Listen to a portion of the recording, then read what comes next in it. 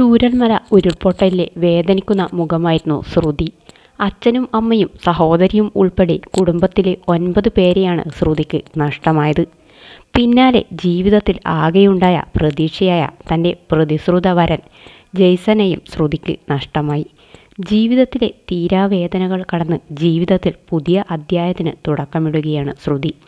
വിവാഹിതയാകാൻ ഒരുങ്ങുന്ന വിവരമാണ് ശ്രുതി പങ്കുവച്ചത്. ജീവിതത്തിലെ പുതിയ അധ്യായത്തിലേക്ക് കടക്കുന്ന സന്തോഷവാർത്ത ശ്രുതി തന്നെയാണ് സാമൂഹിക മാധ്യമങ്ങളിലൂടെ പങ്കുവച്ചത്.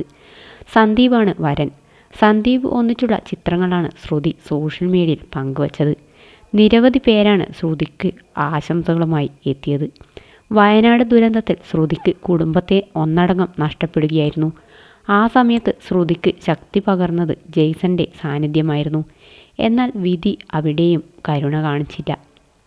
വിവാഹം നടക്കാൻ ദിവസങ്ങൾ ബാക്കി നിൽക്കെ ഒരു വാഹനാപകടത്തിൽ ജെയ്സൺ ശ്രുതിയെ വിട്ടുപിരിയുകയായിരുന്നു.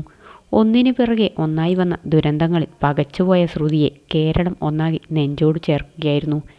ജീവിതത്തിൽ ഒറ്റയ്ക്കായി പോയ ശ്രുതിക്ക് സർക്കാർ റവന്യൂ വകുപ്പിൽ ജോലി നൽകി.